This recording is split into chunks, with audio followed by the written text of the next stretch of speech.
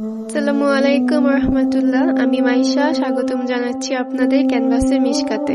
আজ আমরা শুরু করছি প্রফেট সিরিজ এপিসোড 1, একটি ধারাবাহিক যাত্রা যেখানে আল্লাহ তাআলার অসীম সৃষ্টির মাঝে আমরা ফিরে যাব মানব জাতির প্রথম অধ্যায়ে। আজকের এই পর্বে আমরা আলোচনা করব হযরত আদম আলাইহিস সালামকে নিয়ে, মানব জাতির প্রথম মানুষ ও প্রথম নবী, যার মাধ্যমে শুরু হয় আমাদের অস্তিত্বের ইতিহাস।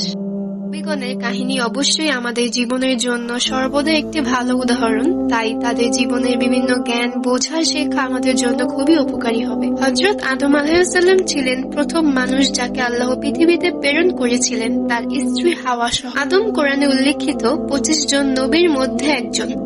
বিভিন্ন ইসলামী আলেমদের বিভিন্ন বর্ণনা অনুযায়ী আদম প্রায় সৃষ্টি হওয়ার পর 1000 বছর পর্যন্ত বেঁচে ছিলেন। আল্লাহ ফেরেশতাদেরকে বললেন, আমি পৃথিবীতে একজন উত্তরাধিকারী স্থাপন করতে যাচ্ছি। তারা বলল, আপনি কি সেখানে এমন একজনকে স্থাপন করবেন যে বিশৃঙ্খলা সৃষ্টি করবে এবং রক্তপাত ঘটাবে, অথচ আমরা আপনার নাম উচ্চারণ করি এবং আপনার পবিত্রতা ঘোষণা করি? আল্লাহ বললেন, নিশ্চয়ই আমি সেই জ্ঞান জানি যা তোমরা জানো না। এখানে ফেরেশতাদের উক্তি কোনোভাবেই আল্লাহর সিদ্ধান্তের বিরুদ্ধে বিতর্ক নয় এবং এটি আদমের সন্তানদের জন্য ঈর্ষার কারণেও নয়, যেমনটি কেউ কেউ ভুলভাবে ভেবেছিল। তখন আল্লাহ তাদেরকে জানালেন যে তিনি পৃথিবীতে একটি সৃষ্টি করবেন এবং তারা জ্ঞান রাখত। ফেরেশতাদের একমাত্র উদ্বেগ ছিল এই সৃষ্টি পৃথিবীতে দুষ্ট কর্ম করবে। নবী আদম আলাইহিস সালাম সরাসরি আল্লাহর হাত থেকে মাটি দিয়ে সৃষ্টি করা হয়েছিলেন এবং তার প্রাণ তৎক্ষণাৎ সর্বশক্তিমান নিজেই প্রেরণ করেছিলেন। তাছাড়া নবী আদম আলাইহিস সালামকে এমন বুদ্ধি দিয়েছিলেন যা তাকে শেখা, পর্যবেক্ষণ করা এবং জিনিস বোঝার যোগ্যতা প্রদান করে। এটি কোরআনের নিম্নলিখিত আয়াত থেকেও প্রমাণিত। তখন আল্লাহ আদমকে সবকিছুর প্রকৃতি ও বাস্তবতা সম্পর্কে জ্ঞান প্রদান করলেন এবং তা ফেরেশতাদের সামনে স্থাপন করলেন এবং বললেন, তোমরা যদি সত্যবাদী হও তবে এর নামগুলো আমাকে জানাও। সূরা আল বাকারা আয়াত 31। এবং তারা বলল, আপনার পবিত্রতা, আমরা কোনো জ্ঞান জানি না ছাড়া যা আপনি আমাদের শিখিয়েছেন। নিশ্চয়ই আপনি সর্বজ্ঞ, সর্বজ্ঞাত। সূরা আল বাকারা আয়াত 32। তখন আল্লাহ বললেন, হে আদম, তাদের নাম জানো। এবং যখন তিনি তাদের নাম জানালেন, আল্লাহ বললেন, আমি কি তোমাকে বলিনি যে আমি আকাশ ও পৃথিবীর অজানা জানি এবং আমি যা প্রকাশ করো এবং যা লুকিয়েছ তা জানি। সূরা আল বাকারা আয়াত 33। আল্লাহ আদমের মর্যাদা ফেরেশতাদের উপরে স্থাপন করেছেন, কারণ তিনি আদমকে তাদের নয় সবকিছুর নাম জ্ঞান শিখিয়েছেন, অর্থাৎ মানুষের ব্যবহার করা না, যেমন মানুষ, পশু, আকাশ, পৃথিবী, ভূমি, সমুদ্র, অন্যান্য প্রজাতির নাম সহ। এটি তখন ঘটেছিল যখন ফেরেশতারা আদমের কাছে সিজদা করেছিল। সৃষ্টির সময় আদম খুবই লম্বা ছিলেন। এটি নিম্নলিখিত হাদিস থেকেও প্রমাণিত। হাদিসটি আবু হুরায়রা থেকে বর্ণিত। নবী সাল্লাল্লাহু আলাইহি ওয়াসাল্লাম বলেন, আল্লাহ আদমকে সৃষ্টি করেছিলেন এবং তিনি 60 কিউবিট লম্বা ছিলেন।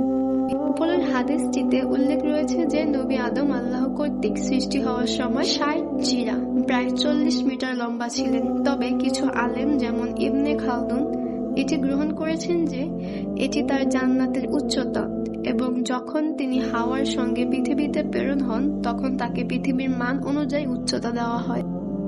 কোরআনে বহু আয়াতে এবং অনেক হাদিস রয়েছে যা নিশ্চিত করে যে আদমকে সৃষ্টি করার পর আল্লাহ ফেরেশতাদের আদেশ দিয়েছিলেন যে তারা তার সামনে সিজদা করবে। যখন আল্লাহ ফেরেশতাদেরকে আদেশ দিলেন আদমের সামনে সিজদা করতে, তখন ইবলিস ওই আদেশের অন্তর্ভুক্তও ছিলেন। সব ফেরেশতারা আল্লাহর আদেশ মেনে চলল, ইবলিস ব্যতীত, কারণ তিনি আদমের সামনে সিজদা করতে খুব অহংকারী ছিলেন। তিনি বললেন, আমি তার থেকে উত্তম। তুমি আমাকে আগুন থেকে সৃষ্টি করেছো এবং আদমকে মাটি, কাদামাটি থেকে সৃষ্টি করেছো। সুতরাং ইবলিসের এই অহংকারপূর্ণ কাজটি আল্লাহর কোন সৃষ্টির মধ্যে প্রথমবারের মতো অমান্য হিসেবে সংঘটিত হয়। শয়তানের অহংকার এবং সিজদা অমান্য করার কারণে আল্লাহ তাকে স্বর্গ থেকে বের করে শাস্তি প্রদান করলেন। শয়তান অহংকার সহ আল্লাহর শাস্তি মেনে নিলেন এবং কেবলমাত্র প্রার্থনা করলেন যে তাকে কিয়ামতের দিন পর্যন্ত চিরকালীন জীবন দেওয়া হোক।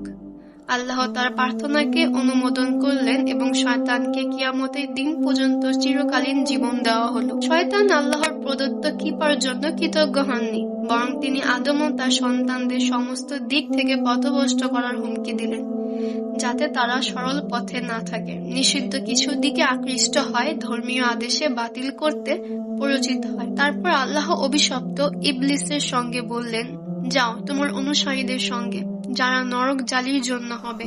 তুমি আমার সেবকদের, যারা পুরো হৃদয় দিয়ে আমার উপর বিশ্বাসী এবং দৃঢ় বিশ্বাস রাখে, যা তোমার প্রলোভনে দমিয়ে যাবে না, ভুল পথে পরিচালনা করতে পারবে না। শয়তান ফেরেশতাদের মধ্য থেকে বাদ দেওয়া হলো এবং তিনি কিয়ামতের দিন পর্যন্ত আল্লাহর সবচেয়ে বড় শত্রু হয়ে গেলেন। আল্লাহ আদম আলাইহিসসালামকে স্বর্গে রাখলেন এবং তার একাকিত্ব দূর করার জন্য হাওয়া আলাইহিসসালামকে সৃষ্টি করলেন। আল্লাহ বললেন, হে আদম, তুমি এবং তোমার স্ত্রী দুজনেই জান্নাতে বাস করো, যেখানে ইচ্ছা খাবার খাও, তবে এই গাছের কাছে যেও না, না হলে তোমরা পাপী অন্যায়কারী হয়ে যাবে। সূরা আল বাকারা আয়াত 35। এই আয়াত নির্দেশ করে যে হাওয়া আদম জান্নাতে প্রবেশ করার আগে সৃষ্টি হয়েছিলেন। এখানে যে গাছের কথা বলা হয়েছে তার প্রকৃতি স্পষ্ট নয়। কেউ বলেছেন আঙ্গুর, বার্লি, খেজুর, কিন্তু কোরআন বা সত্যিকারের হাদিসে এর নাম নেই। মূল শিক্ষা হলো আল্লাহ তাদের একটি বিশেষ গাছ থেকে খাবার খাওয়া নিষেধ করেছেন এবং এটি ছিল তাদের জন্য একটি পরীক্ষা। ইসলামী আলেমদের মতে আদম আলাইহিসসালাম ঘুমিয়েছিলেন, তখন আল্লাহ তার বাম পাশের একটি পাঁজর নিলেন এবং সেই থেকে হাওয়া সৃষ্টি করলেন। আদম ও হাওয়া জানতেন সেই গাছের ফল খাওয়া নিষিদ্ধ, কিন্তু মানুষ প্রায় ভুল করে। শয়তান তাদের প্রলুব্ধ করতে শুরু করলো। সে ফিসফিস করে বলল, আমি কি তোমাকে চিরস্থায়ী জীবন এবং চিরন্তন রাজ্যের গাছের দিকে পরিচালনা করব? শয়তান বলল, তোমার প্রভু তোমাদের এই গাছ থেকে নিষিদ্ধ করেননি, এবং যাতে তোমরা ফেরেশতা না হও বা চিরস্থায়ী না হও, এবং শপথ করে বলল, নিশ্চয়ই আমি তোমাদের কাছে একজন সত্যনিষ্ঠ উপদেষ্টা। সূরা আল আরাফ আয়াত 20-21। শেষে তারা সেই গাছের ফল খেল।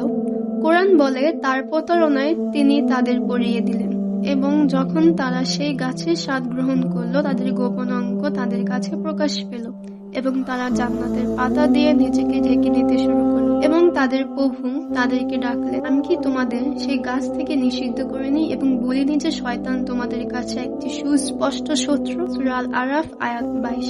খাওয়ার পর আদম অনুভব করলো হৃদয় সংকুচিত হয়েছে। লজ্জা, ব্যথা, দুঃখ ভরে উঠল। তারা উভয় নিজেদের থাকতে জান্নাতের পাতা কেটে ধরল। আজকের পর্ব আমরা এখানে শেষ করছি। বাকি গল্পটি আমরা পরের পর্বে শেয়ার করব। ততদিন পর্যন্ত আমাদের পাশেই থাকবেন। ভিডিওটি ভালো লাগলে সাবস্ক্রাইব, শেয়ার ও কমেন্ট করবেন। আর যদি কোনো ভুল হয়ে থাকে ক্ষমা দৃষ্টিতে দেখবেন। ইনশাআল্লাহ তা সংশোধনের চেষ্টা করব। আল্লাহ হাফেজ।